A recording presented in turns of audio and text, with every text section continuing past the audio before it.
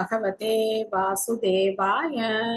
ओम नमो भगवते वासुदेवाय। नारायणं नमस्कृत्य नरं चैव नरोत्तमं देवीं सरस्वतीं व्यासं ततो जयमुदीरये। नष्टप्रायेषु भद्रेषु नित्यं बाहवद सेवया भगवती उत्तमश्लोके भक्तिर्भवति नैष्टुकी। निगमकल्पतरोर्गलितं फलं सुखमुखातमृतद्रवसंयुतं विपदबाहवदं रसमालयं मुहुरहो रसिका भुवि भावुकाः। ॐ अज्ञानतिमिरान्धस्य ज्ञानाञ्जनशलाकया चक्षुरुन्मिलितं येन तस्मै श्रीगुरवे नमः। श्रीचैतन्यमनोभीष्टं स्थापितं येन भूतले स्वयं रूपः कदा माह्यं ददाति स्वपदान्तिकम्। वन्देऽहं श्रीगुरो श्रीयुतपदकमलं श्रीगुरोन् वैष्णवांश्च श्रीरूपं साग्रजातं सहगण रघुनाथान्वितं तं सजीवं साद्वैतं सावधूतं परिजनसहितं कृष्णचैतन्यदेवं श्रीराधा कृष्णपादान् सहगण ललिता श्रीविशाखान्वितांश्च। हे कृष्णा करुणा सिन्धो दीनबन्धो जगत्पते गोपेश गोपिका कान्त राधा कान्त नमोऽस्तुते। तप्त काञ्चन गौराङ्गी राधे वृन्दावनेश्वरी वृषभानुसुते देवी प्रणमामि हरिप्रिये। वाञ्छाकल्पतरुभ्यश्च कृपा सिन्धुभ्यैव च पतितानां पावनेभ्यो वैष्णवेभ्यो नमो नमः। नमो विष्णुपादाय कृष्णप्रेष्ठाय भूतले श्रीमते भक्तिवेदान्त स्वामिन्निति नामिने। नमस्ते सारस्वते देवे गौरवाणी प्रचारिणे निर्विशेष शून्यवादी पाश्चात्य देशतारिणे। जय श्री कृष्ण चैतन्य प्रभु नित्यानंद श्री अद्वैत गदाधर श्रीवासादि गौर भक्तवृंद। हरे कृष्णा कृष्ण कृष्णा हरे हरे हरे राम राम राम हरे हरे। मुखं करोति वाचालं पङ्गुं लङ्कयते गिरिं यत्कृपातमहं वन्दे श्रीगुरुं दीनधारिणं परमानन्दं माधवं श्रीचैतन्यम् ईश्वरं। हरिः ओं तत्सत्। कथञ्चन स्मृते यस्मिन् दुष्करं सुकरं भवेत् स्मरेति प्रीदंश श्रीचैतन्यं नमामि तं। हरे कृष्णा, வெல்கம் ஆல். நேற்று பாகவதம் பார்த்ததுல என்ன பாயிண்ட் ஞாபகம் இருக்கு சொல்லலாமா?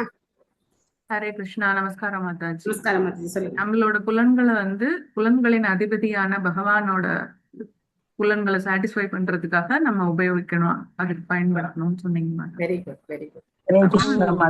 சாங்கிய தத்துவத்தின் நோக்கம் என்னன்னா தூய்மையான மாசு அற்ற பக்தி தொண்டை பரப்பணும்னு சொன்னீங்க மாதாஜி, அப்படின்னு சொல்லியிருக்காங்க. பகவானுக்கும் நமக்கும் தொடர்பு இருக்கும் யோக முறைதான் உயர்ந்தது. முப்புறங்களிலிருந்து வெளியில வந்தா தான் நம்ம பகவானுடைய சேவையில ஈடுபட முடியும்.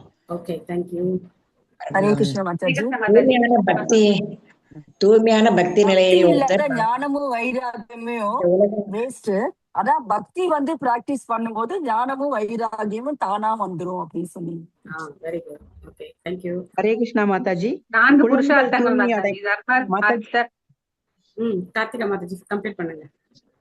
தர்ம அர்த்த காம மோக்ஷ. பாகவத சொல்றது தர்மம் எந்தவித எதிர்பார்ப்பும் இல்லாம எந்தவித தடங்களும் இல்லாம பக்தி செய்யறது மாதாஜி. அடுத்தது தர்ம அர்த்தம் அந்த மாதிரி பக்தி பண்றப்போ ஞானமும் வைராகியம் நம்மளுக்கு தானாவே வரும். அடுத்தது காமம் வர்ணாசிரம தர்மத்தின்படி நம்ம பக்தி பண்ணணும். பகவானுக்கு பக்தி செய்யறது காமம். பகவானுடைய புலன்களை பகவானை திருப்திப்படுத்தணும். பகவானை திருப்திப்படணும். வர்ணாசிரம தர்மத்தின்படி பக்தி செஞ்சு பகவானை திருப்திப்படுத்துறது காம.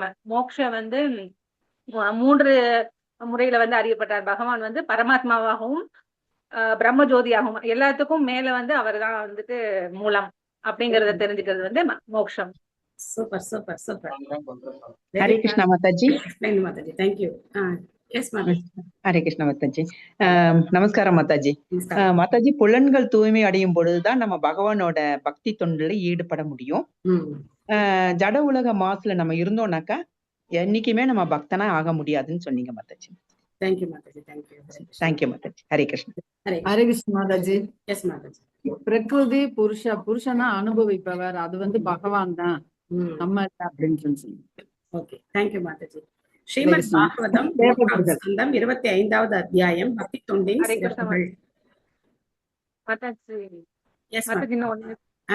சாதுவோட குணநலன்கள் சொன்னீங்க மாதாஜி.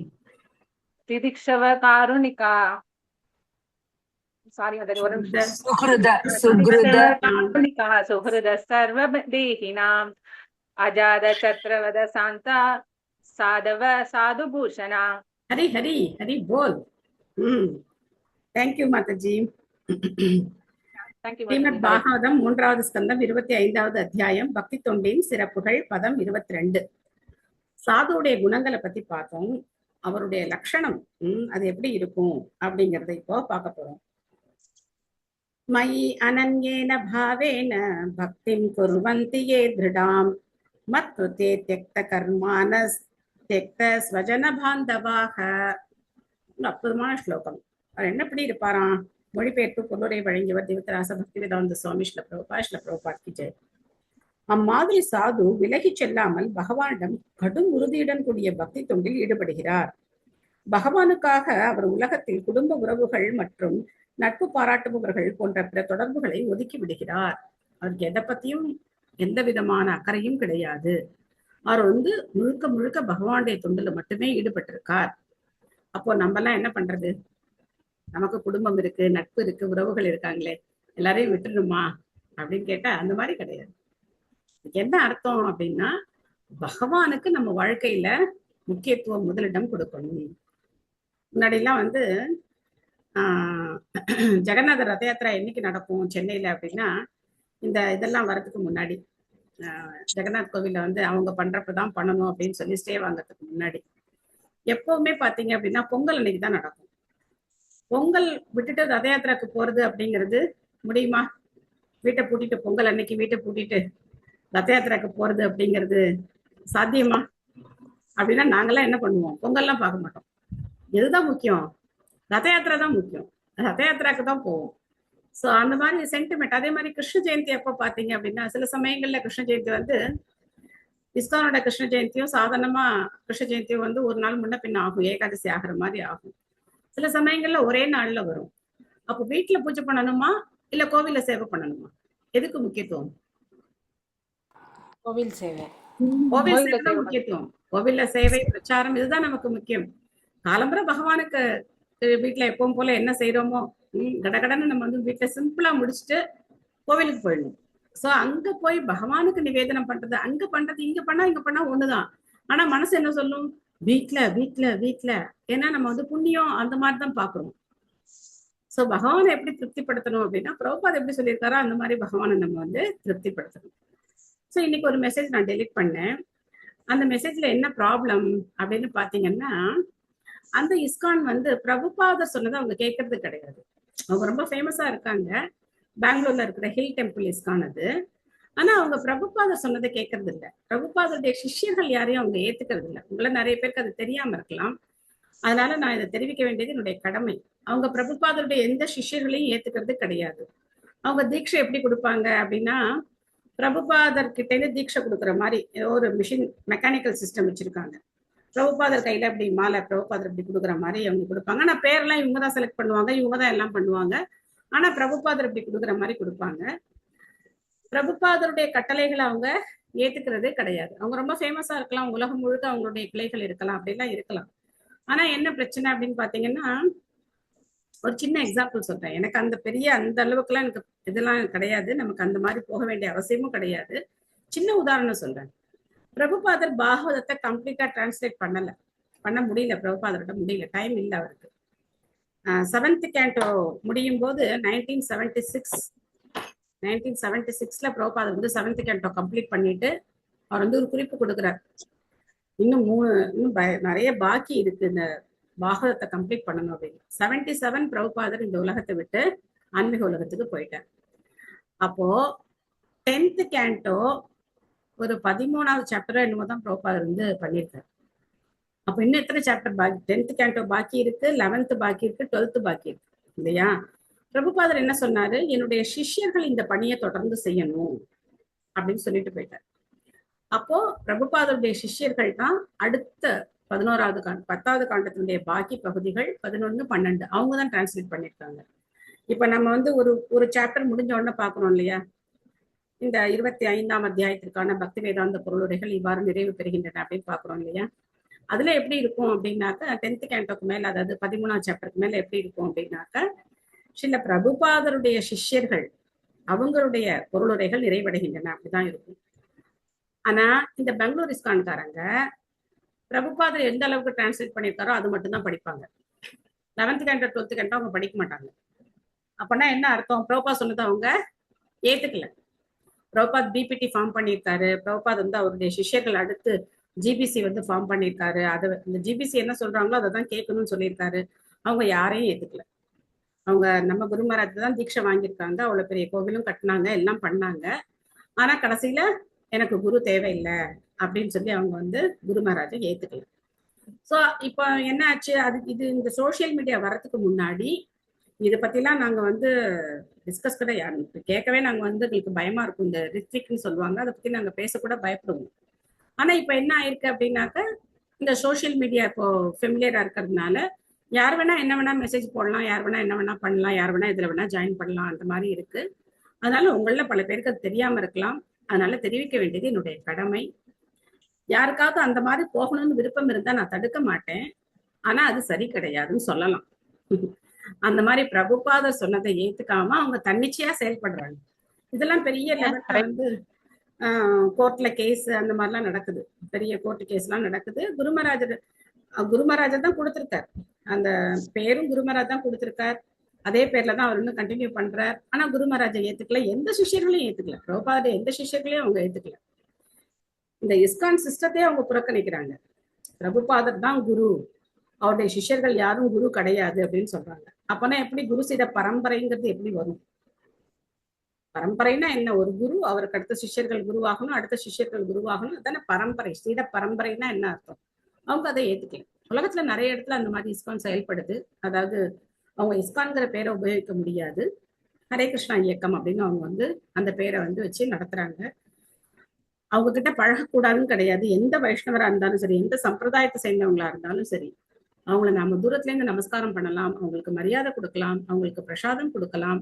ஆனா அவங்க கிட்ட இருந்து நம்ம கேட்கக்கூடாது, அவங்க கிட்ட இருந்து பகவானை பத்தி கேட்கக்கூடாது. இது ஒண்ணுதான் ரூல். எந்த வைஷ்ணவரா இருந்தாலும் நம்ம வந்து மதிக்கணும், மரியாதை கொடுக்கணும். அவங்க வந்து ஸ்ரீ சம்பிரதாயமா சேர்ந்தவங்களா இருந்தாலும் சரி, ருத்ர சம்பிரதாயமா இருந்தாலும் சரி, இல்ல இஸ்கான்ல இந்த மாதிரி ரித்விகா இருந்தாலும் சரி, எல்லாருக்கும் தகுதியான மரியாதை கொடுக்கணும். அவங்களுக்கு பிரசாதம் கொடுக்கலாம். ஆனா அவங்க கிட்ட இருந்து ஹரிகதா மட்டும் கேட்கக்கூடாது. அதுதான் வந்து ரூல்.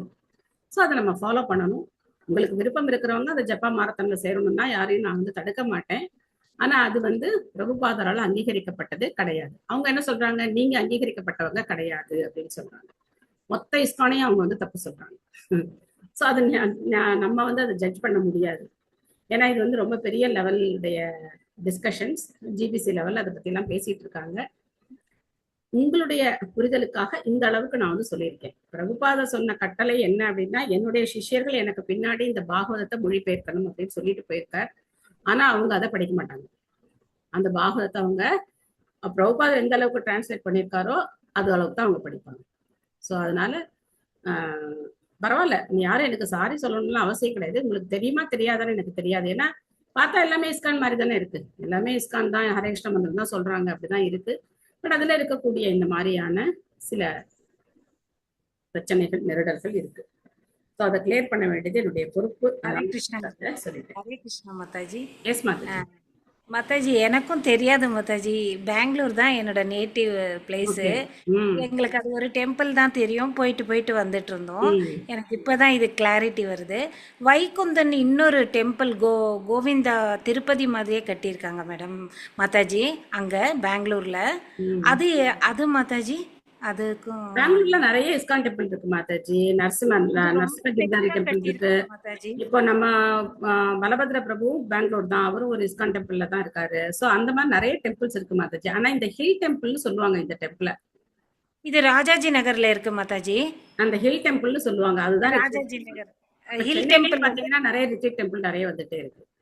Okay okay. அதனால இது ஒண்ணு பெருசா இருக்கு மாதாஜி. இப்போ ரீசெண்டா ஒரு 3-4 இயர்ஸ் பேக் வந்து வைகுந்தன் சொல்லிட்டு அதுவும் வந்து கொஞ்சம் ஹைட்ல நல்ல பெருசா பயங்க அது வெங்கடாஜலபதி. வைகுந்தா ஹில்ஸ் மாதாஜி, வைகுந்தா தெரியல ஹில்ஸ். எனக்கு. நான் கேட்டு பண்ணா உங்களுக்கு நான் கன்ஃபார்ம் பண்றேன். சொல்லுங்க மாதாஜி, கேட்டு சொல்லுங்க. தேங்க்யூ மாதாஜி. தேங்க்யூ. ஸோ அதை பத்தி எனக்கு தெரியாது, நான் உங்களுக்கு கேட்டு கன்ஃபார்ம் பண்றேன். ஸோ மயி அனன்யேன பாவேன, இதே வார்த்தை பகவத்கீதையிலையும் இருக்கு. பக்திம் குர்வந்தி ஏ திருடாம், திடமான உறுதியோட பக்தி பண்றவர். ஸோ அந்த மாதிரி பக்தி பண்றவர் எதையுமே வந்து பொருட்படுத்த மாட்டார். கிருஷ்ண பக்தி மட்டும்தான் அவருக்கு வந்து முக்கியமான குறிக்கோள் அப்படிங்கறத நம்ம பார்க்கிறோம். பிரேமா மஞ்சரி மாதாஜி படிக்கிறீங்களா? ஹரே கிருஷ்ண மாதாஜி, தண்டவத் பிரணாம். பிரணாஸ் மாதாஜி. துறவு வாழ்வில் இருப்பவர் சந்நியாசி, சாது என்றும் அழைக்கப்படுகிறார். ஏனென்றால் அவர் எல்லாவற்றையும், தன் வீடு, தன் வசதி, தன் நண்பர்கள், தன் உறவினர்கள் மற்றும் தன் நண்பர்கள், குடும்பத்திற்கான தமது கடமைகள் இவற்றை துறக்கிறார். அவர் பரமபுருஷ பகவானின் பொருட்டு இவற்றை துறக்கிறார். சந்நியாசி பொதுவாக வாழ்வின் துறவு நெறியில் இருப்பவர். ஆனால் அவர் துறவு அவரது ஆற்றல் சிறந்த தவத்துடன் பகவானின் தொண்டில் செயல்பட்டால் மட்டுமே வெற்றியடையும். அதனால் பக்திம் குர்வந்தியே திருடாம் என்று இங்கு கூறப்படுகிறது. சாது என்பவர் பகவானின் தொண்டில் மிகுந்த ஈடுபாடு கொண்டும் வாழ்வின் துறவு நெறியிலும் இருப்பவராவார். சாது என்பவர் பகவானின் சேவைக்காக சமுதாயம், குடும்பம் மற்றும் உலக மனித தத்துவத்திற்கான எல்லா பொறுப்பையும் விட்டுவிட்டவர். அவர் இந்த உலகில் பிறப்பு எடுத்தவுடன் அவருக்கு மக்களிடம், தேவர்களிடம், சிறந்த முனிவர்களிடம், பொதுவாழும் உயிரினங்களிடம், அவர் பெற்றோரிடம், குடும்பத்தின் முன்னோர்களிடம் மற்றும் பிறரிடம் பல பொறுப்புகளும் கடமை உணர்ச்சிகளும் உண்டு. அவர் பகவானின் தொண்டிற்காக அம்மாதிரி கடமைகளை விட்டுவிட்டால் அவர் அக்கடமைகளை துறந்ததற்காக தண்டிக்கப்பட மாட்டார். ஆனால் புலன் திருப்திக்காக ஒருவர் கடமைகளை துறந்தால் அவர் இயற்கையின் சட்டத்தால் தண்டிக்கப்படுவார். ஹரே கிருஷ்ண மாதாஜி. நன்றி மாதாஜி. ஹரே கிருஷ்ணா. உங்களுக்கு தீட்சை வாங்கும்போது கொஸ்டின்ல வந்து இந்த கொஸ்டின் இருக்கு, ரித்விக் பத்தி உங்களுக்கு தெரியுமா அப்படிங்கிற கொஸ்டினும் இருக்கு. அந்த கேள்விக்கும் நீங்க வந்து பதில் கொடுக்கணும். ரித்விக்னா என்ன, பிரபுபாதரை ஏத்துக்கிறதுனா என்ன, பிரபுபாதரை நிராகரிக்கிறதுனா என்ன, அதையும் வந்து நம்ம வந்து புரிஞ்சுக்கணும். யார்கிட்ட தீட்சை வாங்குறோம், அந்த குரு மேல நமக்கு நம்பிக்கை இருக்கா, இல்லைன்னா பின்னாடி தீட்சை வாங்கிட்டு இவர மாதிரி அந்த குரு எனக்கு தேவையில்லை, நான் ஃபேமஸ் ஆகி கோவில்லாம் கட்டி பெரிய ஆளானதுக்கு அப்புறம் குரு தேவையில்லை அப்படின்னு போறது. ஸோ இந்த மாதிரியான மனோபாவங்கள்லாம் நமக்கு வரக்கூடாது. குரு மேல அசைக்க முடியாத நம்பிக்கை இருக்கணும். ஆன்மீக குருவின நம்பிக்கை இருக்கணும். நமக்கு சந்தேகம் வரலாம், அவங்களும் நல்லா தானே இருக்காங்க, ரொம்ப ஃபேமஸா இருக்காங்க, அவங்கதான் வந்து இந்த அக்ஷய பாத்திரம் எல்லாம் கொண்டு வந்து பணம் கொட்டுன்னு கொட்டுது, ஒன்றும் பிரச்சனை கிடையாது. ஸோ குருமராஜருடைய உடல்நிலை வந்து இன்னைக்கு இருக்கக்கூடிய நிலையில அவருக்காக பிரார்த்தனை பண்ணணும் அப்படிங்கிற ஒரு இரக்கம் கூட இல்லாம இருக்காங்க, அந்த ஒரு உணர்வு கூட இல்லாம இருக்காங்க. அவர்கிட்ட தானே நம்ம தீட்சை வாங்கணும். உலகமே வந்து குருமராஜருக்காக பிரார்த்தனை பண்றாங்க, ஆனா அவங்களுக்கு அந்த ஒரு மனோபாவம் கூட இல்லை. ஸோ யோசிச்சு முடிவு பண்ணிக்கணும். ஓகே. ஒரு சாது அப்படிங்கிறவரோட அவர் வந்து எப்படி இருக்கணும் அப்படின்னா, அவருக்கு இந்த சமுதாய கடமைகள் எதுவும் கிடையாது, பௌதிகமான கடமைகள் அவருக்கு எதுவும் கிடையாது. ஒரு சன்னியாசி அப்படின்னா அவர் வந்து வெளி உலகத்தை பொறுத்த வரைக்கும் ஒரு இறந்த நபர். அவர் வந்து யாரு, செத்து போன ஒருத்தன்னு அர்த்தம். அது அவங்க சன்னியாசம் ஏத்துக்கும் போது அவங்க என்ன பண்ணிடுறாங்க அப்படின்னா, அந்த உறுதிமொழியை எடுத்துக்கிறாங்க. நான் வந்து இறந்த நபர் அப்படிங்கிற மாதிரி ஒரு உறுதிமொழியை அவங்களை எடுத்துக்கிறாங்க. ஏன்னா அவங்க அதுக்கப்புறம் யாருக்கும் எந்த பொறுப்பும், அவங்க குடும்பத்தை பார்த்துக்கணும், அதை பார்த்துக்கணும், இதை பார்த்துக்கணுங்கிற பொறுப்பெல்லாம் அவங்களுக்கு வந்து கிடையாது. அவங்களுடைய ஒரே நோக்கம் என்ன, பகவானுடைய சேவையில ஈடுபடுறது மட்டும்தான் அவங்களுக்கு ஒரே நோக்கம். அதே சமயத்துல இங்க பிரபுபாதர் வந்து அற்புதமான ஒரு ஸ்லோகத்தை இங்க வந்து கொடுக்குறாரு. பாத்தீங்கன்னா பகவானுடைய சேவையில ஈடுபடுறதுனால மற்ற இந்த மாதிரி உறவினர்கள், நண்பர்கள், பொதுமக்கள் இவங்களுக்கு செய்ய வேண்டிய கடமைகள் எல்லாம் அவர் துறந்தாலும் அவருக்கு எந்த பாவ செயலும் கிடையாது. ஆனா ஒருத்தர் புலன் திருப்திக்காக கடமைகளை துறந்தால் அவர் இயற்கையின் சட்டத்தால் தண்டிக்கப்படுவார். எப்படி ஒருத்தர் புலன் திருப்திக்காக கடமைகளை துறக்கிறார் சொல்லுங்க?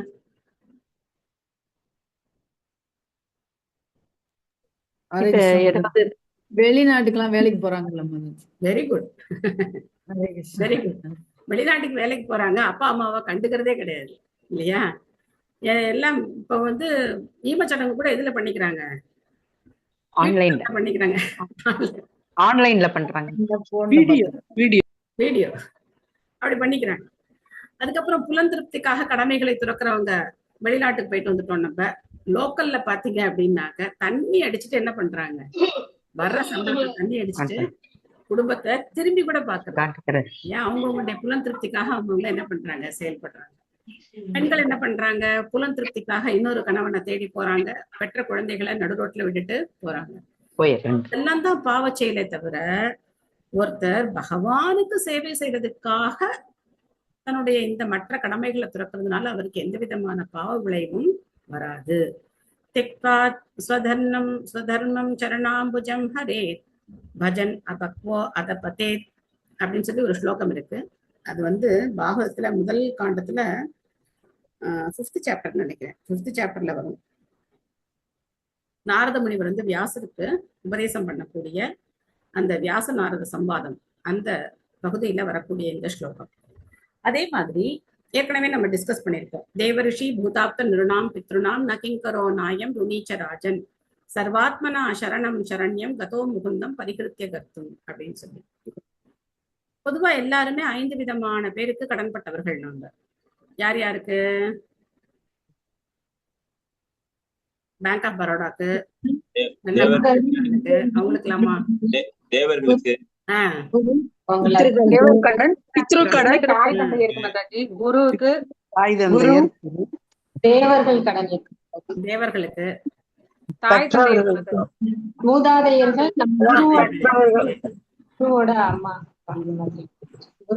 தேவரிஷி பூதாப்த நிருணாம் பித்ருணாம்.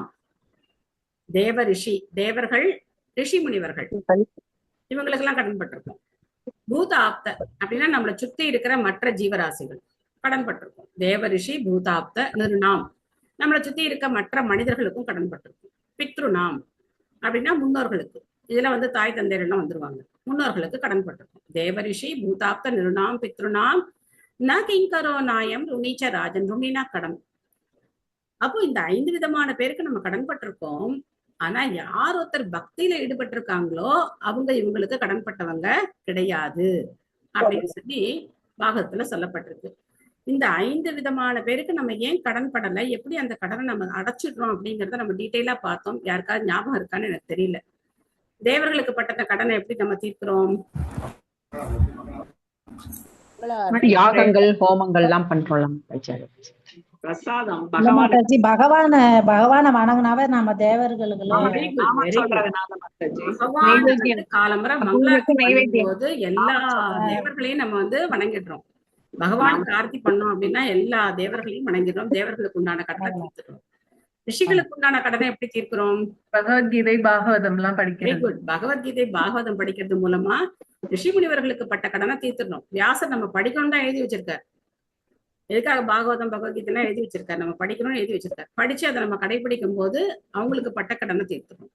அதுக்கப்புறம் பூதாப்தர் அவங்களுக்கு எப்படி கடனை தீர்க்கிறோம்? மற்ற ஜீவராசிகளுக்கு நாம ஜபம்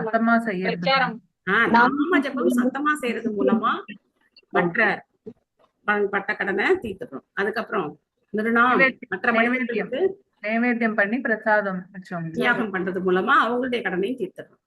அடுத்து யார் பாக்கி இருக்கா? முன்னோர்கள். முன்னோர்கள். அவங்களுக்கு பட்ட கடனை எப்படி தீர்க்கிறோம்? எப்படி தீர்க்கிறோம்? பகவானுக்கு பிரசாதம் வச்சாவே, பகவானுக்கு நிவேதனம் பண்ணாலே போதும். பகவானுக்கு நிவேதனம் பண்ணி நம்ம பிரசாதம் எடுத்துக்கும் போது பித்ருக்களுக்கு பட்ட கடனையும் தீர்த்துக்கிறோம். சோ அதனால நம்ம கடன் பட்டவர்கள் கிடையாது. ஃப்ரீ ஆயிட்டோம். எல்லா கடனும் தீர்ந்து போச்சு, தள்ளுபடி பண்ணியாச்சு. எல்லா கடனும் பகவான் என்ன பண்ணிட்டார்? தள்ளுபடி பண்ணிட்டார்.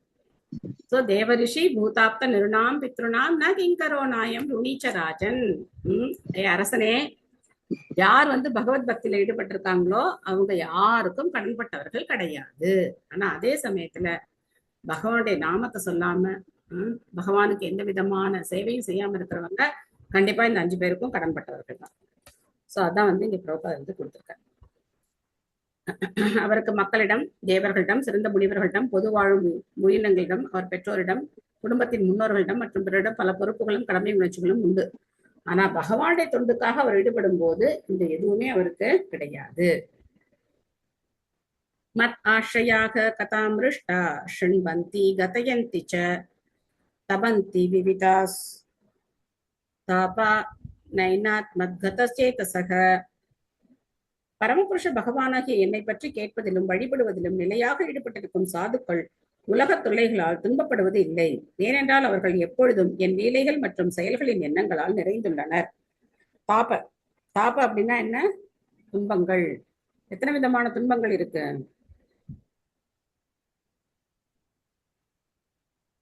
மூன்று விதமான துன்பங்கள். 3 வகையான துன்பங்கள் வந்து 3 விதமான துன்பங்கள். ஆத்மீக, அதி ஆத்மீக, அதி பௌதிக, அதி பௌதிக, தெய்வீக. அதி தெய்வீக. கிளேஷா சேர்த்துக்கணும். கிளேஷான்னு சொன்னாதான் அது துன்பம். அத்தியாத்மிக அப்படின்னாக்க ஆத்மாவை குறிக்குது. அதிதெய்வீகன்னா தேவர்களை குறிக்குது. அதிபௌதிகன்னா மற்ற ஜீவராசிகள். சோ அது கூட என்ன சேரணும்? கிளேஷம் சேரணும். சேர்ந்தாலும் துன்பம். ஓகேவா? அத்தியாத்மிக கிளேஷா, அதிதெய்வீக கிளேஷா, அதிபௌதிக கிளேஷா. இங்க வந்து தபந்தி விவிதா ஸ்தாப, அந்த பலவிதமான விவிதா, பலவிதமான தாபங்கள், எல்லா விதமான தாபங்கள்ல இருந்தும் அவங்க வந்து விடுபட்டுறாங்க. எல்லா விதமான துன்பங்கள்ல இருந்தும் விடுபட்டுறாங்க. தாபத்ரயோன் மூலனம். பாகவதத்துல 2வது ஸ்லோகம், முதல் ஸ்கந்தத்துல 2வது ஸ்லோகம். தர்ம புரோஜித கைத்தவோ அத்ர பரமோ நிர்மத்சரானாம் சதாம் வேத்யம் வாஸ்தவம் சிவதாம் தாபத்ரயோன்மூலனம் அப்படின்னு வரும். ஸ்ரீமத் பாகவதே மகாமுனி கிருதே கிம் வா பரைரீஸ்வரஹ சத்யோ கிருதி அவருத்தியதே அத்ர கிருதிபிஹி சுஷ்ருபி தக்ஷணாத் அப்படின்னு சொல்லி தாபத்ரய உன்மூலனம். அந்த 3 விதமான தாபத்ரயங்களும் உன்மூலனம், வேரோடு பிடுங்கி எறியப்படுகின்றன. இந்த பாகவதத்தை படிக்கும் போது இந்த துன்பங்களுடைய வேர் இருக்கே, அதோடய நம்ம என்ன பண்ணிடுறோம், அதை வந்து எடுத்து போட்டுருக்கோம் அப்படின்னு சொல்லி பாகவதத்துல சொல்லப்பட்டிருக்கு. தனபாகியம் அதிச்சு படிக்கிறீங்களா?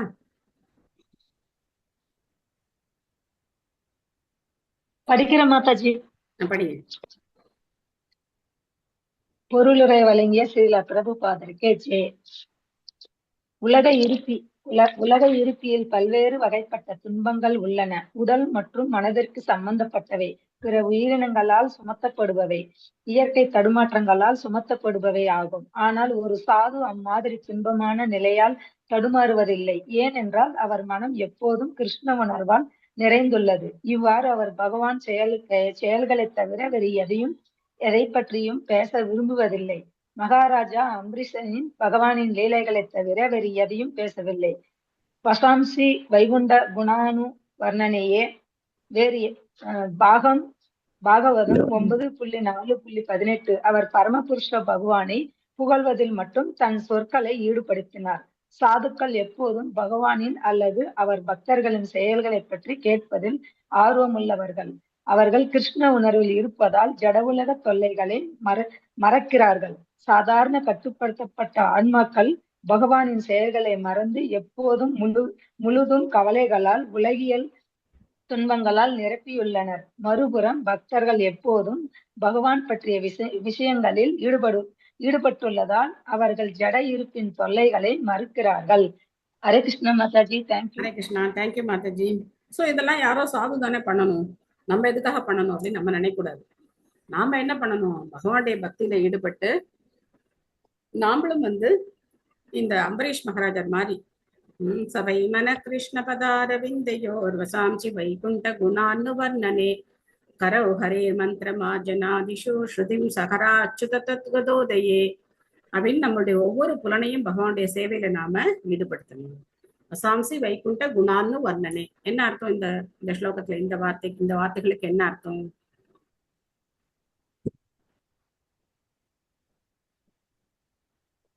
அம்பரீஷ் மகாராஜர் தன்னுடைய பேசுற திறமைய என்ன பண்ணார்? பகவானுடைய வைகுண்ட லோகங்களை பத்தி விவரிக்கிறதையும் பகவானுடைய திவ்யமான லீலைகளை விவரிக்கிறதுலையும் அவர் வந்து ஈடுபடுத்தினார்.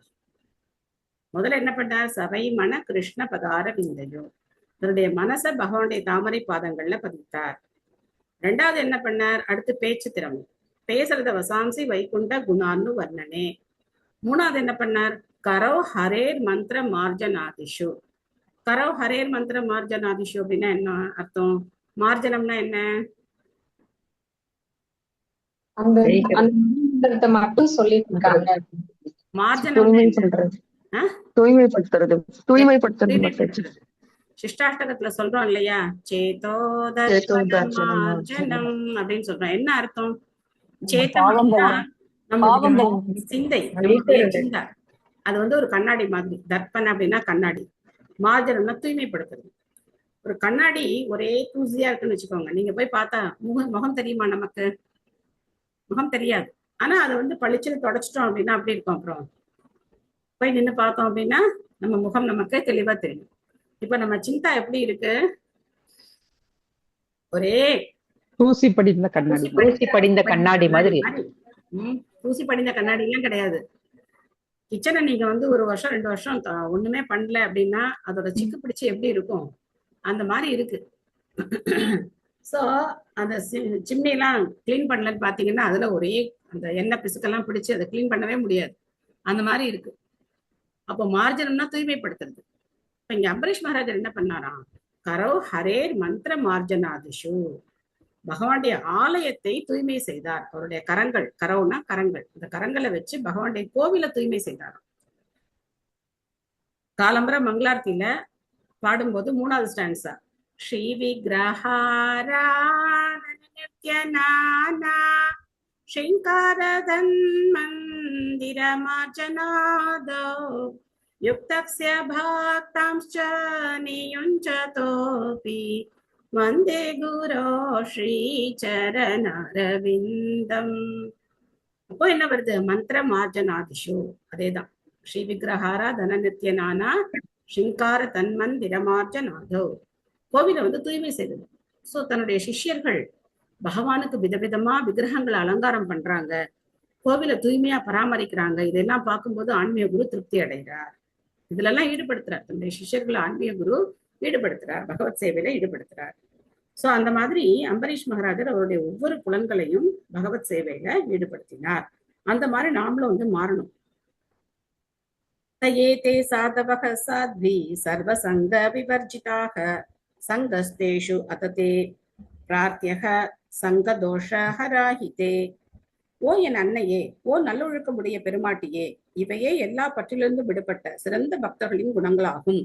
நீங்கள் அம்மாதிரி புனித சாதுக்களிடம் பற்றுக்கொள்ள விரும்ப வேண்டும். ஏனென்றால் இது உலகப்பற்றின் பெருங்கேடான விளைவுகளுக்கு எதிரடியாக செயல்படுகிறது. சோ அவங்க அம்மா ரொம்ப வருத்தப்பட்டாங்க இல்லையா? சோ அதனால இப்ப வந்து அவர் வந்து சமாதானப்படுத்துறார்.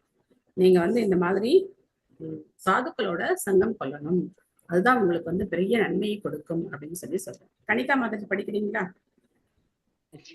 ஹரே கிருஷ்ணா மாதாஜி. ஸ்ரீல பிரபுபாதாவுக்கு ஜெய். பொருளுரை. கபில முனிவர் இங்கு அவர் அன்னையாகிய தேவகூதிக்கு இவ்வாறு அறிவுரை கூறுகிறார். அதாவது, அவள் உலக பற்றிலிருந்து விடுபட விரும்பினால் பற்றிலிருந்து முழுதும் விடுபட்ட சாதுக்கள் அல்லது பக்தர்களிடம் தமது பற்றை அதிகரிக்க வேண்டும்.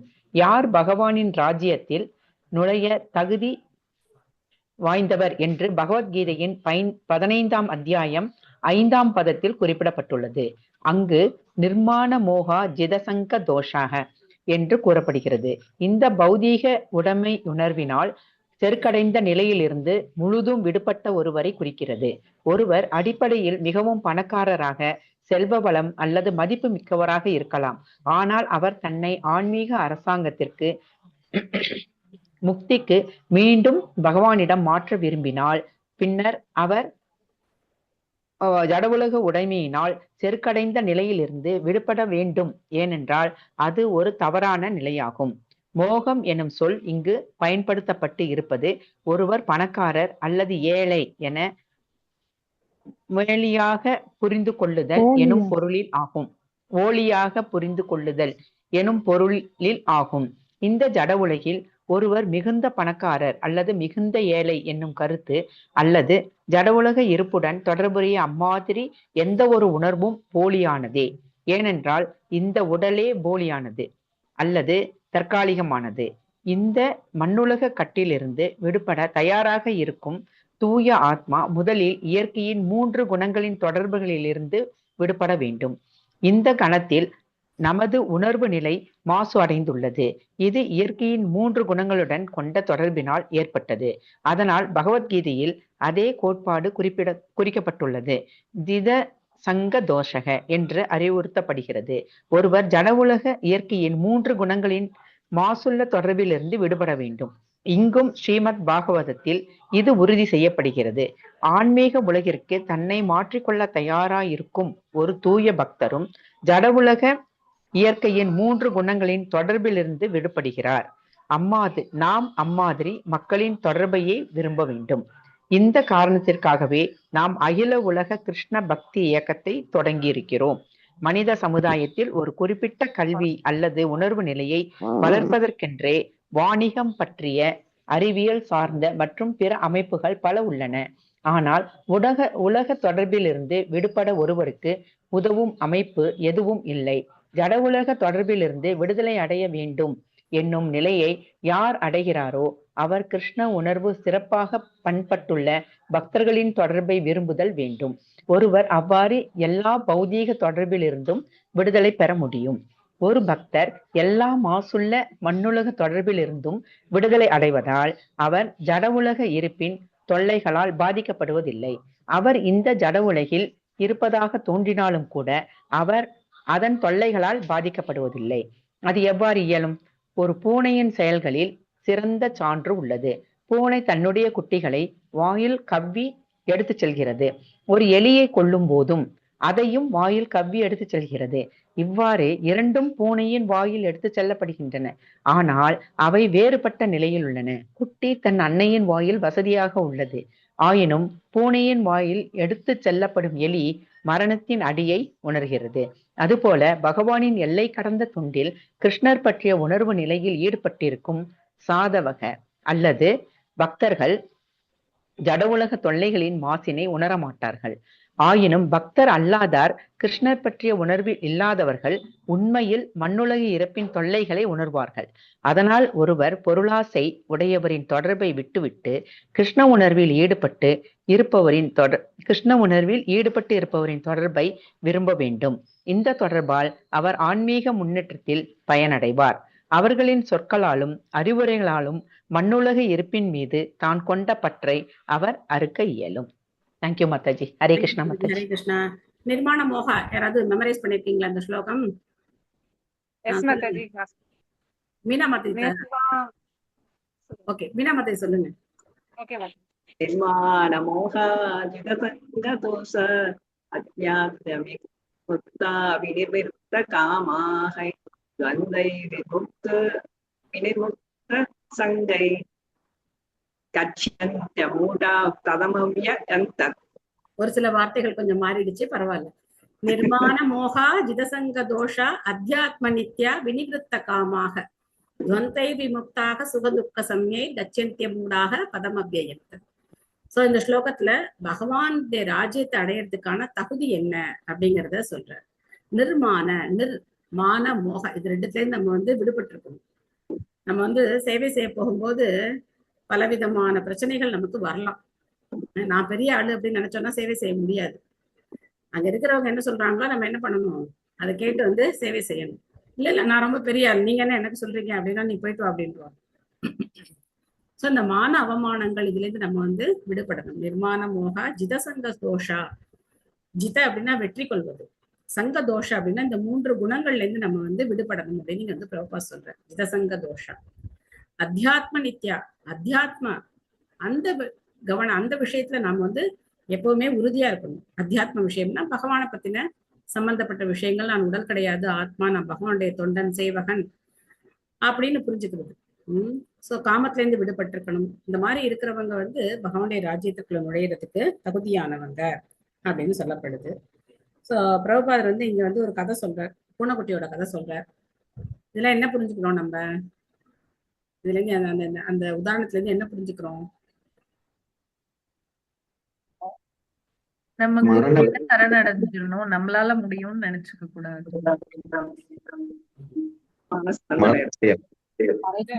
நம்மளால இந்த துன்பத்துல இருந்து தப்பிக்க முடியாது மாதாஜி. பௌதீக உலகத்துல உள்ள துன்பத்துல இருந்து தப்பிக்க முடியாது. அதனால கிருஷ்ணர் கிட்ட சரணடையணும், பகவான்கிட்ட டோட்டலா சரண்டர் ஆயிடணும் மாதாஜி. பூனைக்குட்டி பூனையோடைய வாயில அந்த குட்டி இருக்கும்போது சந்தோஷமா இருக்குது மாதாஜி. ஆனா அந்த எலி மரண வாயத்துல இருக்குல்ல, அத போல நம்ம பகவானை நாம வேண்டானாக்க நாமளும் அந்த பூனைக்குட்டி மாதிரி இருக்கலாம், இல்லைன்னா அந்த எலி மாதிரி மரண வயத்துல இருந்து அப்படின்னு சொல்ல வரேன்னா சரியா புரியல மாதாஜி. ஓகே. சோ இந்த ஓமையில இருந்து என்ன நம்ம புரிஞ்சுக்கணும் அப்படின்னாக்க, இந்த பௌதிக உலகத்துலதான் நம்ம எல்லாரும் இருக்கோம்.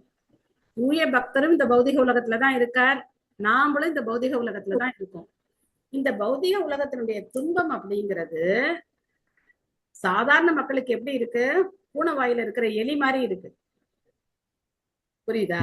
பௌதிக உலகத்துல இருக்கக்கூடிய சாதாரண மக்களுக்கு இந்த பௌதிக உலகத்தினுடைய துன்பங்கள் பூனையுடைய வாயில இருக்கிற எலி மாதிரி இருக்கு. அவங்க உயிருக்கு போராடுறாங்க. ஆனா ஒரு பக்தனுக்கு இந்த பௌதிக உலகத்தினுடைய துன்பங்கள் எப்படி இருக்கு? பூனை வாயில இருக்கிற பூனைக்குட்டி எப்படி சேஃபா உணருதோ. ஏன்னா அவங்களும் இந்த பௌதிக உலகத்துலதான் இருக்காங்க. ஆனா பகவானுடைய பாதுகாப்புல இருக்கிறதுனால அவங்க என்ன பண்றது இல்லை, இந்த பௌதிக உலகத்தினுடைய துன்பங்களால பாதிக்கப்படுவது கிடையாது. நல்லா அண்டர்ஸ்டாண்ட் பண்ணிக்கணும் இந்த உதாரணத்தை. எல்லாருமே மரணத்தை ஒரு நாள் போறோம். பக்தர்களும் மரணம் அடைய போறாங்க, பக்தர் அல்லாதவர்களும் மரணம் அடைய போறாங்க.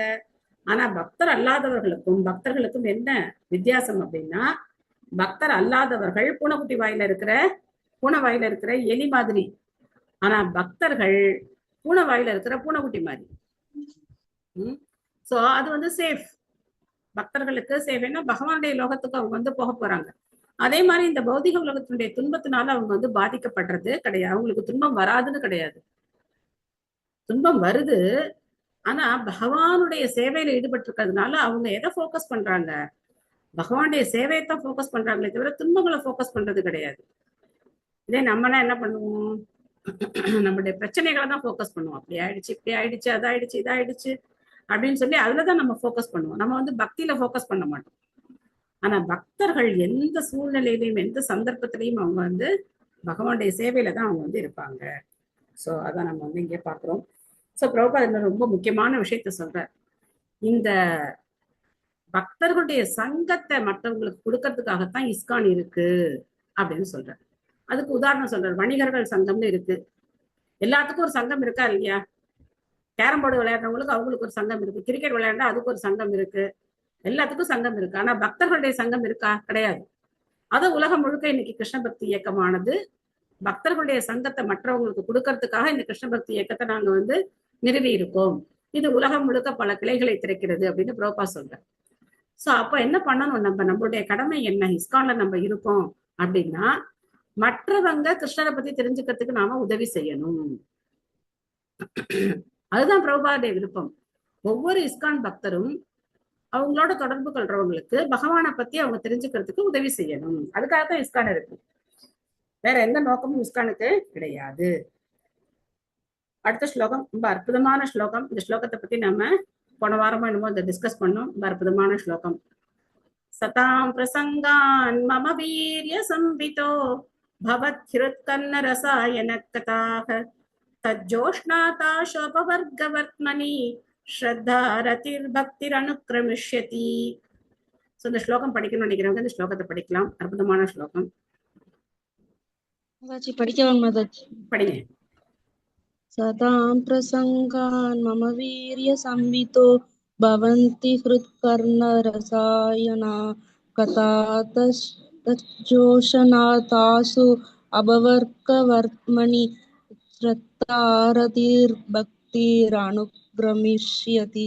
தேங்க்யூ மாதாஜி. ஹரே கிருஷ்ணா மாதாஜி. அழகா படிச்சீங்க, ரொம்ப நல்லா படிச்சீங்க. தேங்க்யூ மாதாஜி. வேற யாராவது? ஹரே கிருஷ்ண மாதாஜி. எஸ் மாதாஜி. சதாம் பிரசங்கான் மம வீரிய சம்பிதோ பவந்தி ஹிருத்த கர்ணாரசவனா ரசாயனாகதா தஜ்ஜோசநாதாசு அபவர்கவர்த்மனி ஸ்ரத்தா ரதிர் பக்திர் அனுக்ரமிஷ்யதி. ஹரே கிருஷ்ண மாதாஜி. ஹரே கிருஷ்ணா மாதாஜி. படிங்க மாதாஜி. ஹரே கிருஷ்ண மாதாஜி. பிரசங்கான் மம வீரிய சம்பிதோ பவந்தி ஹிருத்கர்ண ரசாயனாகதாஹ தஜ்ஜோஷநாதாசு அபவர்கவர்த்மனி ஸ்ரத்தா ரதிர் பக்திர் அனுக்ரமிஷ்யதி. ஹரே கிருஷ்ணா மாதாஜி. ஹரே கிருஷ்ணா. ஹரே கிருஷ்ணா. படிக்கிறீங்களா? ஹரே கிருஷ்ணா மாதாஜி. ஹரே கிருஷ்ண மாதாஜி. சதாம் பிரசங்கான் மம வீரிய சம்பிதோ भवन्ति हृत्कर्णरसायनागताम् तज्जोषणातासु अपवर्गवर्त्मनि श्रद्धा रतिर्भक्तिरनुक्रमिष्यति. Thank you, Mataji. Hare Krishna, Mataji.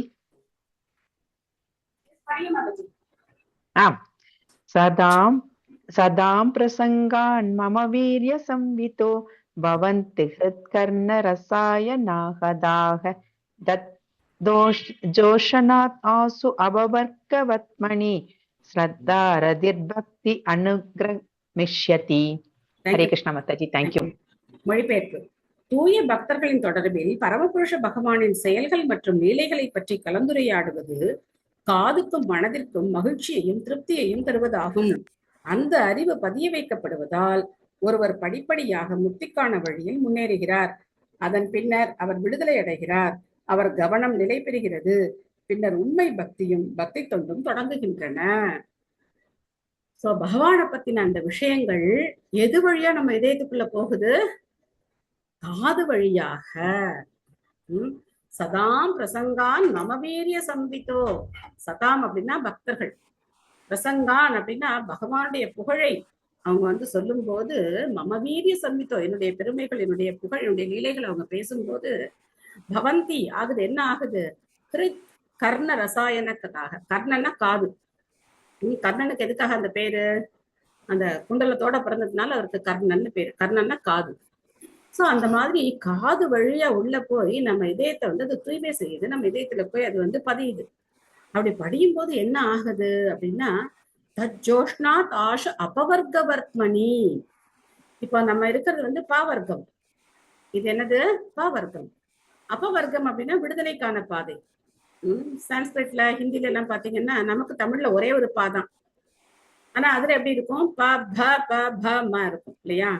அந்த மாதிரி அந்த ப ப ப ப ம அது ப ப அப்படின்னாக்க பேன அப்படின்னு ஒரு வார்த்தை. அதாவது கடுமையான உழைப்பு. அந்த மாதிரி ஒவ்வொரு ப இப்ப ப ப ம கடைசியில மிருத்யு, மரணம். பாக்கு பயம், அடுத்தது மரணம். இது பாவர்க்கம். இது இல்லாதது அப்பவர்க்கம். இந்த மாதிரி கடுமையான உழைப்பு கிடையாது, வாயில நுரை தள்ளுற அளவுக்கு உழைப்பு கிடையாது, பயம் கிடையாது, மரணம் கிடையாது. அது என்னது? அப்பவர்க்கம். அப்படின்னா அது என்னது? முக்தி, விடுதலை அப்படின்னு அர்த்தம். அப்போ யார் பகவானை பத்தி கேட்டு, காதால கேட்டு மனசுல பதிய வச்சுக்கிறாங்களோ அவங்க இந்த பாவர்க்கத்துல இருந்து விடுபட்டு அப்பவர்க்கத்துக்கு போயிடுறாங்க. அப்படி போகும்போது என்ன ஆகுது? ஸ்ரத்தா ரதீர் பக்தி அனுக்கிரமிஷ்யதி. அனுக்கிரமிஷ்யத்தினா படிப்படியாக வளர்ச்சி அடைகிறார்கள். ஸ்ரத்தான நம்பிக்கை. நம்பிக்கை முதல்ல நமக்கு ஏற்படுது. பக்தர்கள் சங்கத்துல நமக்கு முதல்ல என்ன கிடைக்குது? நம்பிக்கை கிடைக்குது. பரவாயில்லப்பா, இவங்க சொல்றது என்னமோ கரெக்டா தான் படுது எனக்கு அப்படின்னு மனசுல ஒரு நம்பிக்கை வருதா வரலையா? பகவத்கீதை 18 நாள் கோர்ஸ் கேட்டதுக்கு அப்புறம் உங்களுக்கு என்ன ஆச்சு? ஒரு நம்பிக்கை வந்ததா இல்லையா? எஸ், இப்போ கரெக்டா தான் ஏதோ சொல்றாங்க, சொல்றதை பார்த்தா சரின்னு தான் படுது. நமக்கு ஒரு நம்பிக்கை நமக்கு ஏற்படுது. அந்த நம்பிக்கையினால நம்ம என்ன பண்ண ஆரம்பிக்கிறோம்? ஜபம் பண்ண ஆரம்பிக்கிறோம். ஸ்ரத்தா. அதுக்கப்புறம் அந்த நம்பிக்கை கொஞ்சம் கொஞ்சமா மாறி கவர்ச்சி ஏற்படுது. ரத்தி அப்படின்னா கவர்ச்சி. இது ரொம்ப உயர்ந்த நிலை. ஆனாலும் நமக்கும் இருக்கு அந்த ரத்தி, கொஞ்சம் நமக்கு இருக்கு. அப்போ படிப்படியா நம்ம இந்த நிலைகளை கடந்து பகவத் பிரேமை அப்படிங்கிற நிலைக்கு நம்ம போகும்போது அதுதான் அங்க இருக்கிற பழம். அதை நாம சுவைக்க முடியும். ஓகே, பொருளுரை. சித்ரா மாதாஜி படிக்கிறீங்களா? ஹரே கிருஷ்ணா மாதாஜி. நமஸ்காரம் மாதாஜி. நமஸ்காரம் மாதாஜி. பொருளுரை தந்த தெய்வத்திரு ஆசாத பக்தி வேதாந்த சுவாமி ஸ்ரீல பிரபுபாதருக்கு ஜெய். கிருஷ்ண உணர்விலும் பக்தி தொண்டிலும் முன்னேறுவதன் முறை இங்கு வர்ணிக்கப்படுகிறது. முதல் கருத்து என்னவென்றால், ஒருவர் கிருஷ்ண உணர்வில் இருப்பவர்கள் மற்றும் பக்தி தொண்டில் ஈடுபடுபவர்களின் தொடர்பை விரும்புதல் வேண்டும். அம்மாதிரி தொடர்பு இன்றி ஒருவர் முன்னேற்றம் அடைய இயலாது என்பதாகும். புத்தக அறிவு அல்லது படிப்பு இவற்றால் மட்டும் ஒருவர் போற்றத்தக்க வகையில் முன்னேற்றம் அடைய இயலாது. ஒருவர் பொருளாசை உடைய மனிதர்களின் தொடர்பை விட்டுவிட வேண்டும். பக்தர்களின் தொடர்பை விரும்ப வேண்டும். ஏனென்றால் பக்தர்களின் தொடர்பின்றி ஒருவர் பகவானின் செயல்களை புரிந்து கொள்ள முடியாது. பொதுவாக மக்கள் பரம சத்தியத்தின் அருவ தோற்றத்தை ஒப்புக்கொள்கிறார்கள். அவர்கள் பக்தர்களுடன் தொடர்பு கொள்ளாததால் அவர்கள் பரம சத்தியம் ஒரு மனிதராக தனிப்பட்ட செயல்கள் உடையவராக இருக்க முடியும் என்பதை புரிந்து கொள்ள இயலாதவர்கள். இது மிகவும் கடினமான பொருளாகும். ஒருவர் பரம சத்தியத்தை தனிப்பட்ட முறையில் புரிந்து கொண்டால் அன்றி பக்தி கொள்வதில் எந்த பொருளும் இல்லை. தொண்டு அல்லது பக்தி எந்த அருவத்துக்கும் அளிக்க முடியாதது. தொண்டு ஒரு தனிப்பட்டவருக்கு வழங்கப்பட வேண்டும். பக்தர் அல்லாதரார் ஸ்ரீமத் பாகவதம் அல்லது பகவானின் செயல்கள் வர்ணிக்கப்பட்டுள்ள வேறு எந்தவித வேத இலக்கியங்கள் படிப்பதன் மூலம் கிருஷ்ண உணர்வை போற்ற முடியாது.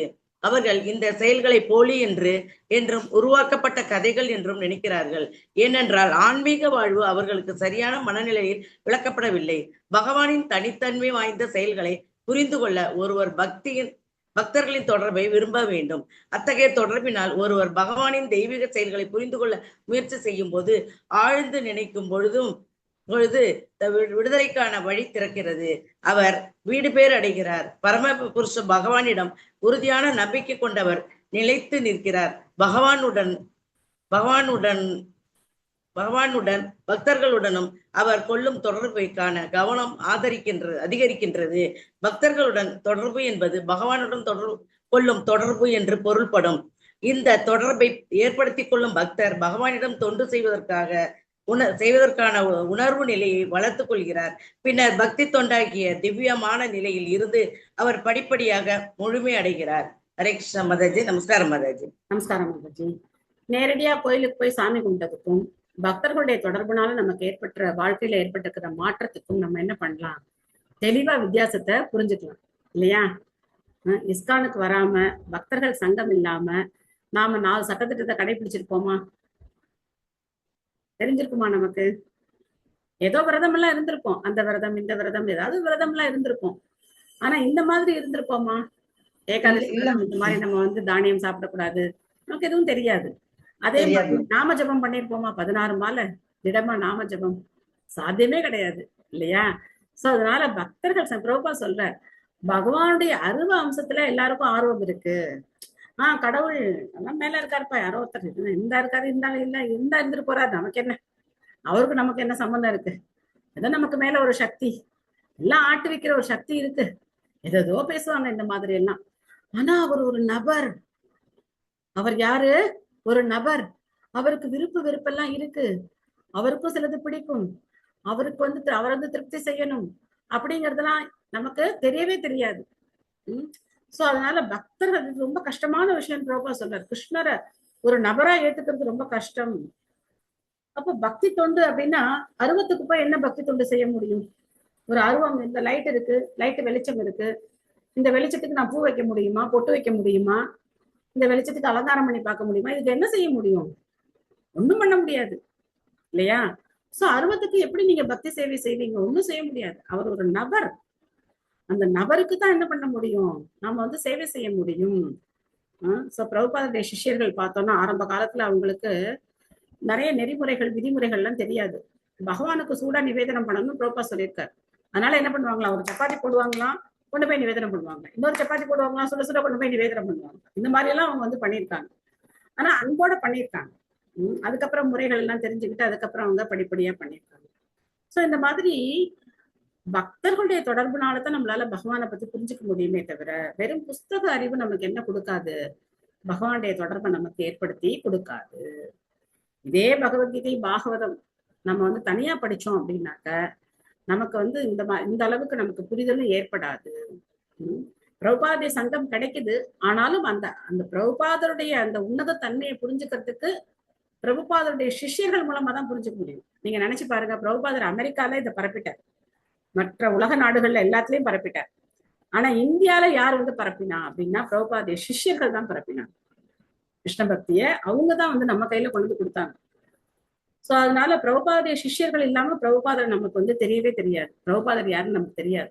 எப்படி நமக்கு தெரியும்? பிரபுபாதர் 1896ஆம் ஆண்டு அவதரிச்சிருக்கார். நமக்கு தெரியுமா அவர் இருந்தது? நமக்கு தெரியாது. அவர் வாழ்ந்த காலம் நமக்கு தெரியாது. 1977ஆம் ஆண்டு பிரபுபாதர் ஆன்மீக உலகத்தை அடைந்தார். அப்ப நம்மளாம் இருந்திருப்போம். 1977ல எத்தனையோ பேர் நம்ம இருந்திருப்போம். ஆனா நமக்கு அவரை பத்தி தெரியுமா? தெரியாது. அவருடைய சிஷ்யர்கள் மூலமா தான் பிரபுபாதர் நமக்கு தெரியும். அதனால பிரபுபாதருடைய சிஷ்யர்களை மறுக்கிறவங்களை நாம ஏத்துக்கூடாது. யாரு பிரபுபா சிஷ்யர்கள் இல்ல, நம்ம எங்களுக்கு வேண்டாம், எங்களுக்கு பிரபுபாதர் மட்டும்தான் வேணும், எங்களுக்கு கிருஷ்ணன் மட்டும்தான் வேணும் அப்படின்னு சொல்றவங்களை நாம ஏத்துக்கூடாது. பிரபுபாதரை நம்ம எப்படி தெரிஞ்சுக்கிட்டோம்? பிரபுபாத சிஷ்யர்கள் மூலமா தான் நம்ம பிரபுபாதரை தெரிஞ்சுக்கிட்டோம். அவங்களுடைய சிஷ்யர்கள் இப்படி படிப்படியா நமக்கு அந்த குரு பரம்பரையானது வருது. சோ அதனால பகவானை பத்தி தெரிஞ்சுக்கணும். பிரபா ரொம்ப அற்புதமா சொல்றார், பக்தர்களுடன் கொள்ளும் தொடர்பு பகவானுடன் தொடர்பு கொள்வது போலதான் அப்படின்னு சொல்றார். எந்த வித்தியாசமும் கிடையாது அப்படின்னு சொல்றார். பக்தியா புமாம் ஜாத விராக ஐந்திரியாத் திருஷ்ட ஸ்ருதாத்மத் ரசனானு சிந்தையா சித்தஸ்ய யத்தோ கிரஹணே யோகயுக்தோ யதிஷ்யதே ருஜுபீர் யோகமார்கைஹி. இவ்வாறு பக்தர்களின் தொடர்பில் பக்தி தொண்டில் உணர்வுடன் ஈடுபட்டுள்ள ஒருவர் இந்த உலகம் மறு உலகம் இரண்டிலும் பகவானின் செயல்களை நினைப்பதன் மூலம் புலனுகழ்வில் வெளிப்படுகிறார். கிருஷ்ண உணர்வு முறையே எளிய யோக முறையாகும். ஒருவர் உண்மையில் பக்தி தொண்டின் அந்த பாதையில் அமைந்தால் அவரால் மனதை கட்டுப்படுத்த இயலும். மீனா எம் மாதாஜி படிக்கிறீங்களா?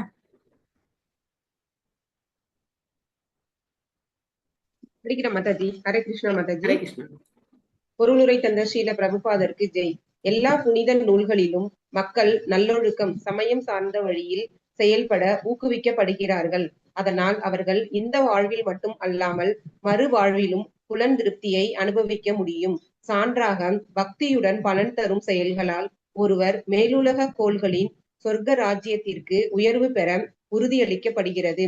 ஆனால் ஒரு பக்தர்களின் தொடர்பில் பகவானின் செயல்களை பற்றி ஆழ்ந்து நினைக்கவே முன்னுரிமை தருகிறார். அவர் எவ்வாறு இந்த அண்டத்தை படைத்தார், அவர் அதை எவ்வாறு காக்கிறார், படைப்பு எவ்வாறு அழிகிறது மற்றும் ஆன்மீக ராஜ்யத்தில் படைப்பு லீலைகள் எவ்வாறு இருக்கின்றன போன்ற பகவானின் செயல்களை பற்றி ஆழ்ந்து நினைக்கவே விரும்புகிறார். பகவானின் செயல்களை வர்ணிக்கும் முழு இலக்கியங்கள் சிறப்பாக பகவத்கீதை, பிரம்ம சம்ஹிதை, ஸ்ரீமத் பாகவதம் முதலியவை உள்ளன. உண்மையான பக்தர்களுடன் தொடர்பு கொள்பவர் பகவானின் லீலைகள் பற்றிய பொருளை பற்றி கேட்கவும் ஆழ்ந்து நினைக்கவும் வாய்ப்பு பெறுகிறார்.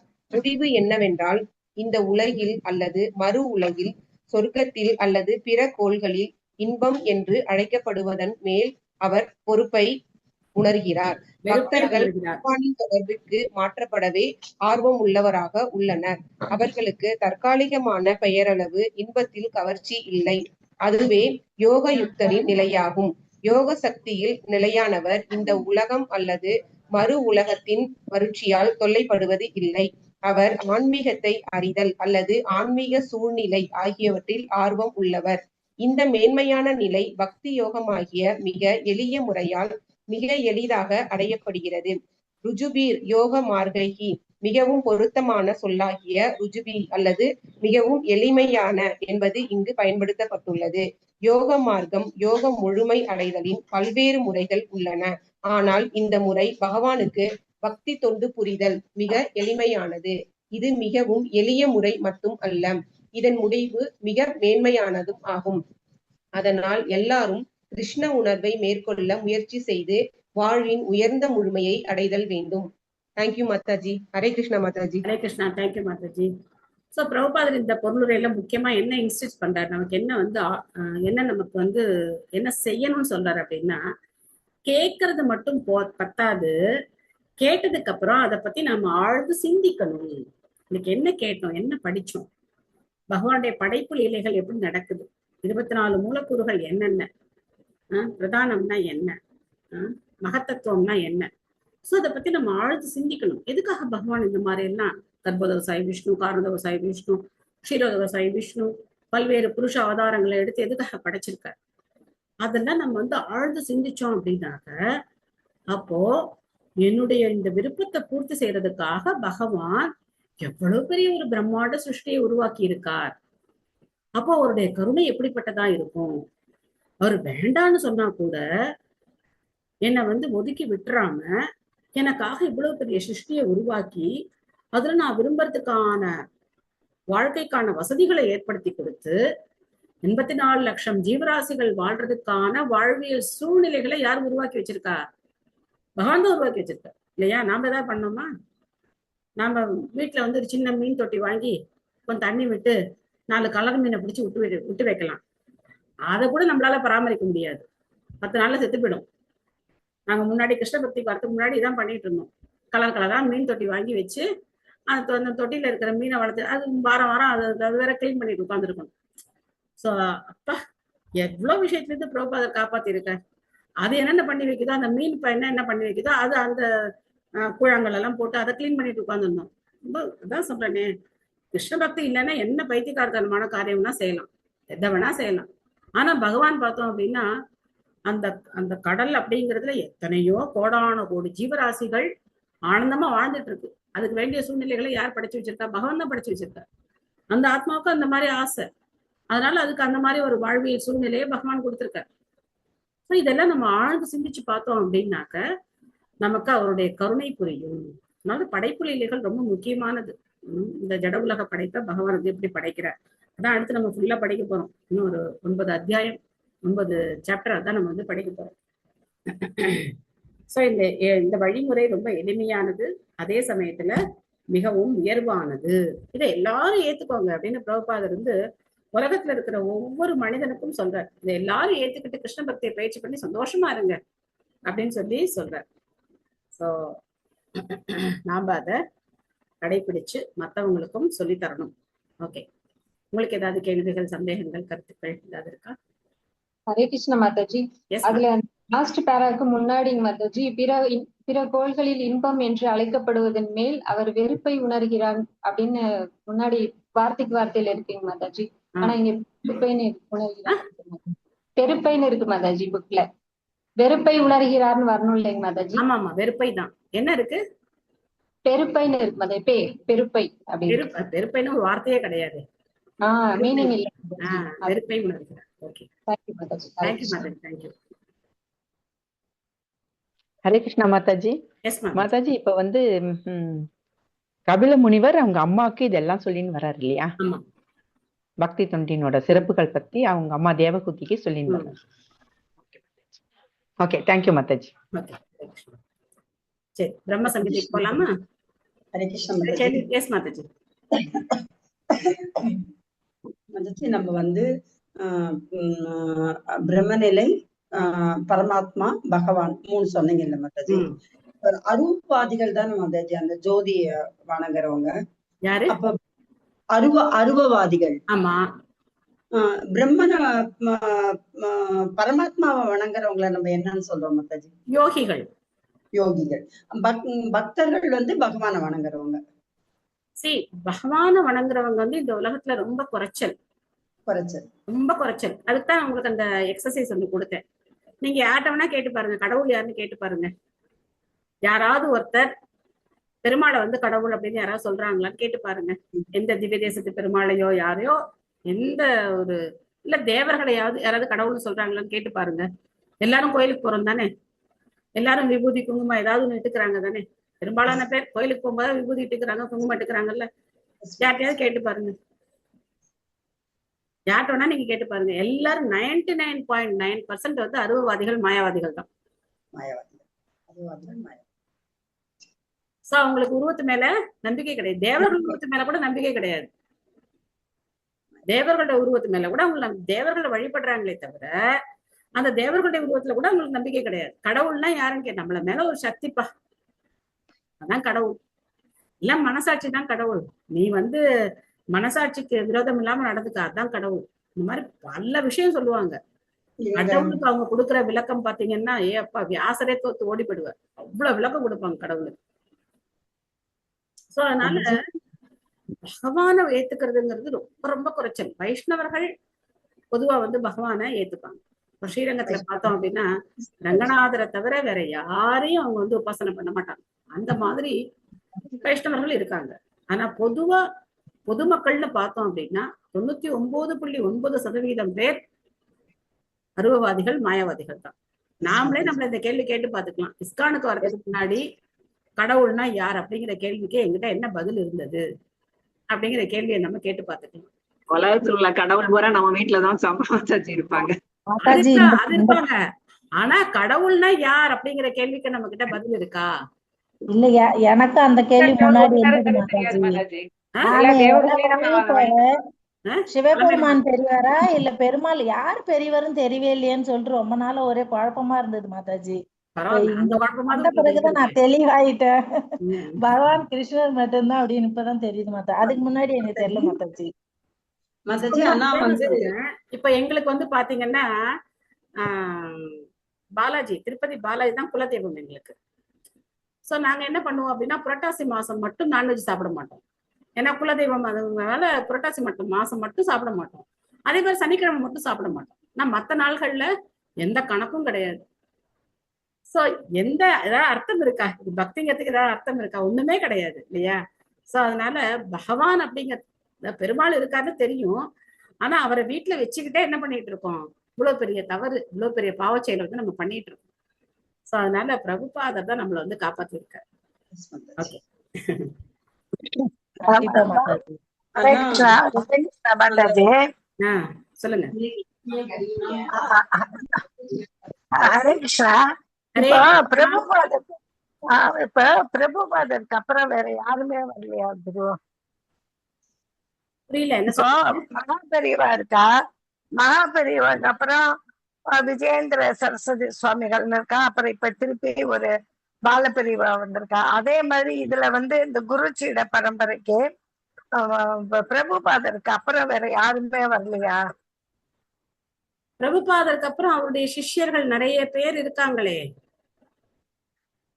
இப்போ குருச்சீட பரம்பரைன்னு கொடுத்து 32 பேரு கொடுத்திருக்கா. அதுல 32வது பிரபுபாதர்னு. அப்ப 33 யாருமே வரலையான்னு கேட்டேன். அந்த மாதிரி பிரபுபாதர் வந்து ஒருத்தர மடாதிபதியெல்லாம் பண்ணல. அதான் கேட்டேன். அப்ப யாராவது இருக்கா? அப்ப இப்போ குரு மகாராஜான்னு போடுற இல்லைன்னா, குரு மகாராஜன்னு போடுற இல்லைன்னா பதிவுல, அப்ப அவர் வந்து அவர் எப்படி? இப்ப இன்னைக்கு கூட போட்டிருக்கேன், குரு மகாராஜருக்கு உடம்பு சரியில்லை. ஓகே. பிரபுபாதர் என்ன ஏற்படுத்தி வச்சிருக்கார் அப்படின்னாக்க, கவர்னிங் பாடி கமிஷன் அப்படின்னு ஒரு அமைப்பை ஏற்படுத்தியிருக்கார். ஜிபிசி அப்படின்னு பேர் அதுக்கு, கவர்னிங் பாடி கமிஷன். அந்த கவர்னிங் பாடி கமிஷன்ல மூத்த சன்னியாசிகள் உறுப்பினர்களா இருக்காங்க, பிரபுபாதர் சிஷ்யர்கள் உறுப்பினர்களா இருக்காங்க. அந்த கவர்னிங் பாடி கமிஷன் பார்த்து அடுத்த ஒருத்தரை தீட்சை கொடுக்கிற ஒரு குருவாக நியமிக்கலாம்.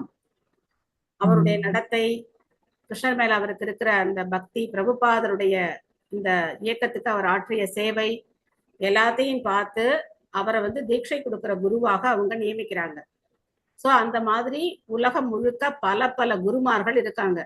அதுல எங்களுடைய ஆன்மீக குரு தவத்திரு ஜெயபதாக்க சுவாமி குரு மகாராஜர், அவருக்கு தான் இப்ப உடல்நிலை சரியில்லாம இருக்கு. அதனாலதான் பிரார்த்தனை பண்ணுங்கன்னு சொல்றோம். குருசீட பரம்பரையில எதுக்கு பேர் போடல அப்படின்னா, பிரபுபாதர் யாரையும் எனக்கு அப்புறம் இவர் தான் மடாதிபதி அப்படின்லாம் உருவாக்கல. அவர் வந்து ஒரு அமைப்பை உருவாக்கிட்டார். ஜிபிசி அப்படிங்கிற ஒரு அமைப்பை உருவாக்கிட்டார். கொஞ்சம் ஆழமான விஷயங்கள் இதெல்லாம். அவ்வளவு எளிமையா உங்களுக்கு புரியுமான்னு எனக்கு தெரியல. ஸோ அந்த அமைப்பு மூலமா அவங்க என்ன பண்றாங்க, உலகம் முழுக்க இஸ்கான் அப்படிங்கிறது ஒரு சின்ன ஊருக்குள்ள இருக்கிற ஒரு விஷயம் கிடையாது. உலகம் முழுக்க இருக்கக்கூடிய ஒரு அமைப்பு. உலகம் முழுக்க இப்ப இந்த இஸ்கான்ல வந்து ஆஸ்திரேலியா மொழி பேசுறவங்களும் இருக்காங்க, ஜப்பான் மொழி பேசுறவங்க இருக்காங்க, சைனா பாஷை பேசுறவங்க இருக்காங்க. எல்லா நாட்டு மக்களும் இந்த கிருஷ்ணபக்தியை பயிற்சி பண்றாங்க. அதனால ஜிபிசி அப்படிங்கிறது பல பிரிவுகளா இருக்கு. ஒவ்வொரு இடத்துல ஒவ்வொரு ஜிபிசி இருக்காங்க. அந்தந்த இடத்துல இருக்கிறவங்க அதை தீர்மானம் பண்ணி இவர் வந்து தீட்சை கொடுக்கலாம் அப்படின்னு சொல்லியிருக்காங்க.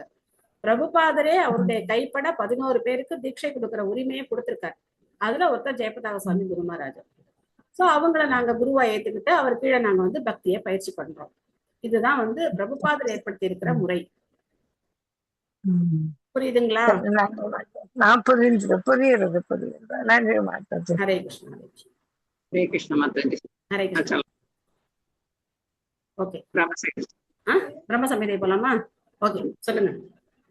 கோலோகநாமினி நிஜதாமினி தலே சதஸ்ய தேவி மகேஷ ஹரிதாமு சுதேஷு தேஷு தே பிரபாவனி ஜயா விஹிதாட்சயேன கோவிந்தமாதி புருஷம் தமஹம் பஜாமி. தேங்க்யூ மாதாஜி. மாதாஜி. நெக்ஸ்ட் யார் சொல்றீங்க? சொல்லுங்க. ஓலோகநாம்னி நிஜதாம்னி दले च दस्यं देवी परमेश தேவி மகேஷ தேவி மகேஷ ஹரிதாம்சு தேஷு தேஷு தேதே பிரபாவ நிச்சயாத் விஹிதாச்ச ஏன தேதே பிரபாவ நிச்சயாத் விஹிதாத்த ஏன கோவிந்தமாதி புருஷம் தமஹம் பஜாமி. தேங்க்யூ மாதாஜி. ஹரே கிருஷ்ணா. ஹரே கிருஷ்ணா. தேவி தாமம், மகேஷ தாமம், அடுத்தது ஹரிதாமம். அந்த மாதிரி ஞாபகம் வச்சுக்கணும். தேவி தாமம் அப்படிங்கிறது இந்த 14 உலகங்கள் தேவி தாமம். அதுக்கு மேல இருக்கிறது சிவபெருமானுடைய மகேஷ தாமம். அதுக்கு மேல இருக்கிறது வைகுண்ட லோகம் ஹரிதாமம். ஓகேவா? ஓகே, கார்த்திகா மாதாஜி இருக்காங்க. கோலோகநாம்னி நிஜதாம்னி தலேச்ச தஸ்ய தேவி மகேஷர் ஹரிதாம சுதேஷு தேஷு தேதே பிரபாவ நிச்சயா விஹிதாச்ச ஏன கோவிந்தமாதி புருஷம் தமஹம் பஜாமி. ஹரே கிருஷ்ணா. வேற யாராவது? ஹரே கிருஷ்ணா மாதாஜி. நான் சொல்றேன் மாதாஜி. சத்யா மாதாஜி சொல்லுங்க. கோலோகநாம்னி நிஜதாம்னி தலேஷ தஸ்ய தேவி மகேஷ ஹரிதாம சுதேஷு தேஷு தேதே பிரபாவ நிஷயா விகிதாச்ச ஏன கோவிந்தமாதி புருஷம் தமஹம் பஜாமி. Hare Krishna. Thank you Mataji. Thank you Mataji. Wonderful. வேற யாராவது? ஹரே கிருஷ்ணா மாதாஜி. ஹரே கிருஷ்ணா. गोलोकनाम्नि निजदाम्नि तले ततस्य देवी महेश हरिधाम दुतेषु तेषु ते प्रभावनिचया विहिताश्च येन गोविन्दमादिपुरुषं तमहं भजामि. हरे कृष्णा. ஹரே கிருஷ்ணா. தேங்க்யூ மாதாஜி. அற்புதமா சொன்னீங்க. நான் சொல்றேன் மாதாஜி. மாதாஜி சொல்லுங்க. கோலோகநாம்னி நிஜதாம்னி தலே சதஸ்ய தேவி மகேஷ ஹரிதாமசு தேஷு தேஷு தேதே பிரபாவ நிச்சயா விஹிதாச ஏன கோவிந்தமாதி புருஷம் தமஹம் பஜாமி. ஹரே கிருஷ்ணா. ஹரே கிருஷ்ணா. அப்ப அடுத்த ஸ்லோகம். ஹரே கிருஷ்ணா மாதாஜி. நான் சொல்றேன். கோலோகநாம்னி நிஜதாம்னி தலே சதஸ்ய தேவி மகேஷ ஹரிதாம் சுதேசு தேசு தேதே பிரபாவ நிசயா விஹிதாஸ்ய ஏன கோவிந்தமாதி புருஷம் தமகம் பஜாமி. ஹரே கிருஷ்ணா. நன்றி மாதாஜி. தேங்க்யூ மாதாஜி. கோலோகநாம்னி நிஜதாம்னி தலே சதஸ்ய தேவி மகேஷ ஹரிதாம சுதேஷு தேஷு தேதே பிரபாவ நிசயா விகிதாஸ்த ஏன கோவிந்தமாதி புருஷம் தம்மகம் பஜாமி. ஹரே கிருஷ்ணா மாதாஜி. ஹரே கிருஷ்ணா. இந்த மாசம் ஆடி மாசம் இல்லையா? ஆடி மாசம் எல்லாரும் என்ன பண்ணுவாங்க? அம்மனை வழிபடுவாங்க, துர்கையை வழிபடுவாங்க. சோ அவங்களுடைய ஸ்லோகத்தை தான் நம்ம இன்னைக்கு படிக்க போறோம். सृष्टि स्थिति प्रलय साधन शक्ति रेखा चाये वयस्य भुवनानि बिभर्ति दुर्गा इच्छानुरूपमपि यस्य सश्रेष्ठदेशा गोविन्दमादिपुरुषं तमहं भजामि. सृष्टि स्थिति प्रलय साधन शक्ति रेखा चाये वयस्य भुवनानि बिभर्ति दुर्गा इच्छानुरूपमपि यस्य सुश्रेष्ठदेशा गोविन्दमादिपुरुषं तमहं भजामि. துர்கா என்ன பண்றாங்க? சிருஷ்டி ஸ்திதி பிரளய. சிருஷ்டி அப்படின்னா உருவாக்குறாங்க, ஸ்திதி அப்படின்னா பாதுகாக்கிறாங்க, பிரளய அழிக்கிறாங்க. இந்த 3 காரியத்தையும் துர்கை பண்றாங்க. சிருஷ்டி ஸ்திதி பிரளய சாதன சக்தி ரேக சாயேவ யஸ்ய புவனானி பிபர்த்தி துர்கா. சோ அவங்க யாரு அப்படின்னா பகவானுடைய சக்தி, மாயா சக்தி. சாயா அப்படின்னா நிழல். சாயானா என்ன? நிழல். சோ பகவானுடைய நிழலை போன்ற ஒரு சக்தி தான் யாரு? துர்கை. அவங்கள எல்லாரும் என்ன சொல்றாங்க? இந்த உலகத்துல துர்கை அப்படின்னு சொல்லி எல்லாரும் வழிபடுறாங்க. அந்த மாயைக்கும் ஆதி மூலமாக இருக்கக்கூடிய அந்த பகவானை நான் வணங்குறேன் அப்படின்னு சொல்லி பிரம்மா இங்க சொல்றார். சோ இந்த சிருஷ்டி ஸ்திதி பிரளய இதெல்லாம் துர்கை யாருடைய ஆணையின்படி செய்யறாங்க? பகவானுடைய ஆணையின்படி செய்யறாங்க. சோ அதனால பராசக்தி தான் எல்லாத்துக்கும் ஆதி மூலம் அப்படின்னு நினைக்கிறது குறைந்த அறிவு. ஒரு விதத்துல அவங்க ஆதி மூலம். ஆனா எப்படி? அவங்க பகவானுடைய ஆணைய நிறைவேற்றுறாங்க. ஒரு விதத்துல பார்த்தோம் அப்படின்னா, பௌதிக கண்ணோட்டத்துல பார்த்தோம் அப்படின்னா, எஸ், துர்கை இந்த பராசக்தி அப்படின்னு சொல்லக்கூடிய துர்கை இந்த உலகத்துக்கு அவங்கதான் அதிபதியா இருக்காங்க. பரமசிவனும் பார்வதியும் தான் இந்த உலகத்துக்கு அதிபதியா இருக்காங்க. தாயும் தந்தையும் அவங்கதான். சோ ஆனா அவங்களுக்கு மேல யார் இருக்கா? பகவான் இருக்க. அது வரைக்கும் தெரிஞ்சுக்கிறது பாதி அறிவு. சோ சிவபெருமானும் பார்வதியும் தாயும் தந்தையுமா இருக்காங்க அப்படின்னு தெரிஞ்சுக்கிறது பாதி அறிவு. ஆனா அந்த சிவபெருமானுக்கும் துர்கைக்கும் மூலமாக இருக்கக்கூடியவர் பகவான் அப்படின்னு தெரிஞ்சுக்கிறது முழுமையான அறிவு. சோ அதனால இன்னைக்கு நம்ம இந்த ஆடி மாசம் துர்கை தேவி, துர்காவை வழிபடணும்னு நினைக்கிறவங்க அவங்கள எப்படி புரிஞ்சுக்கணும்? பகவானுடைய நிழல் சக்தி அவங்க அப்படின்னு புரிஞ்சுக்கணும். அவங்களுக்கு மேல பரமபுருஷ பகவான் இருக்கார். பகவானுடைய ஆணையை அவங்க நிறைவேற்றுறாங்க. அதனால துர்கைகிட்ட போய் நம்ம நமஸ்காரம் பண்ணி அவங்க கிட்ட போய் வரம் கேட்கும் போது, நீங்க எப்படி பகவானுடைய சேவையில இவ்வளவு உறுதியா ஈடுபட்டு இருக்கீங்களோ அதே மாதிரி எனக்கும் அந்த பாக்கியத்தை கொடுங்க, பகவானுடைய சேவையில நானும் ஈடுபடணும் அப்படின்னு சொல்லி நம்ம வேண்டிக்கணும். வேற எதுவும் போய் அவங்கள்ட்ட கேட்க வேண்டாம். என்ன கேட்கலாம்?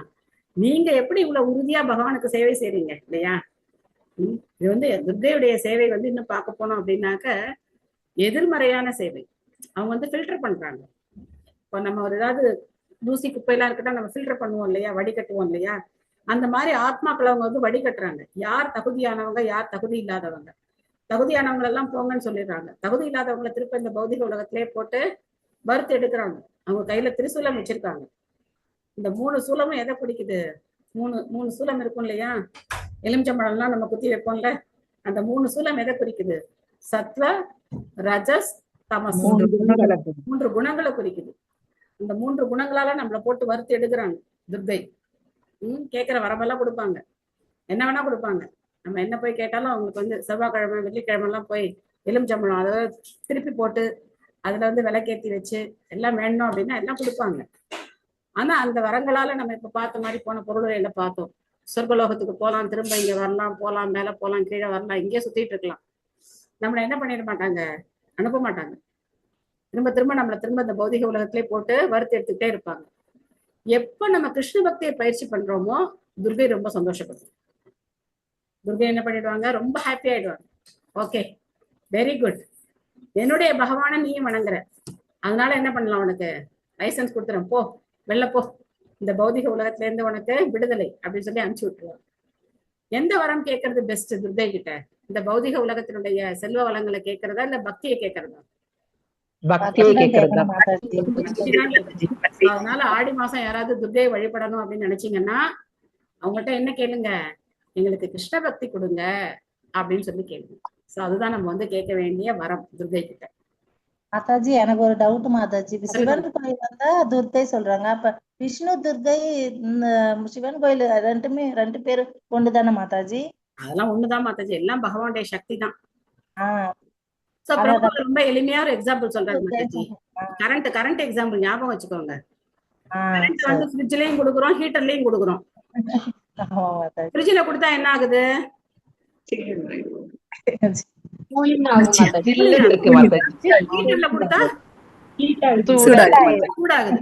பகவானுடைய சக்தி தான். ஒரு இடத்துல யோகமாயா செயல்படுறாங்க, ஒரு இடத்துல மகாமாயா செயல்படுறாங்க. பகவானுடைய சக்தி தான். ஸ்ரீமதி ராதாராணி தான் எல்லாருக்கும் மூலம். சோ அவங்க பக்தர்களுக்கு மகாமாயா யோகமாயா இருக்காங்க, பக்தர் அல்லாதவர்களுக்கு அவங்க மகாமாயா இருக்காங்க. சரியா? சரி மாதாஜி. ஹரே கிருஷ்ணா. தேங்க்யூ மாதாஜி. ஹரே கிருஷ்ணா மாதாஜி. ஹரே கிருஷ்ணா. वाञ्छा कल्पतरुभ्यश्च कृपा सिन्धुभ्यः च पतितानां पावनेभ्यो वैष्णवेभ्यो नमो नमः। अनंत कोटि वैष्णव वृंद की जय, श्री प्रभुपाद की जय, गौर प्रेमानंदे, हरि हरि बोल। Thank you all. Hare Krishna. Hare Krishna. Hare Krishna. Hare Krishna. Hare Krishna. Hare Krishna. Thank you Mataji. Hare Krishna माताजी। हरे कृष्णा। नमस्कार माताजी। नमस्कार माताजी। Hare Krishna Mataji. Thank you. Hare Krishna. Hare Krishna. Hare Krishna. Thank you. Hare Krishna Mataji. Thank you Mataji. Thank you Mataji. Hare Krishna. Hare Krishna. ரெண்டு கொடுத்துறேன். ஹரே கிருஷ்ணா. ஹரே கிருஷ்ணா. தேங்க்யூ மாதாஜி. ஹரே கிருஷ்ணா. ஹரே ராம ராம ராம ஹரே ஹரே. தேங்க்யூ. ஹரே கிருஷ்ணா.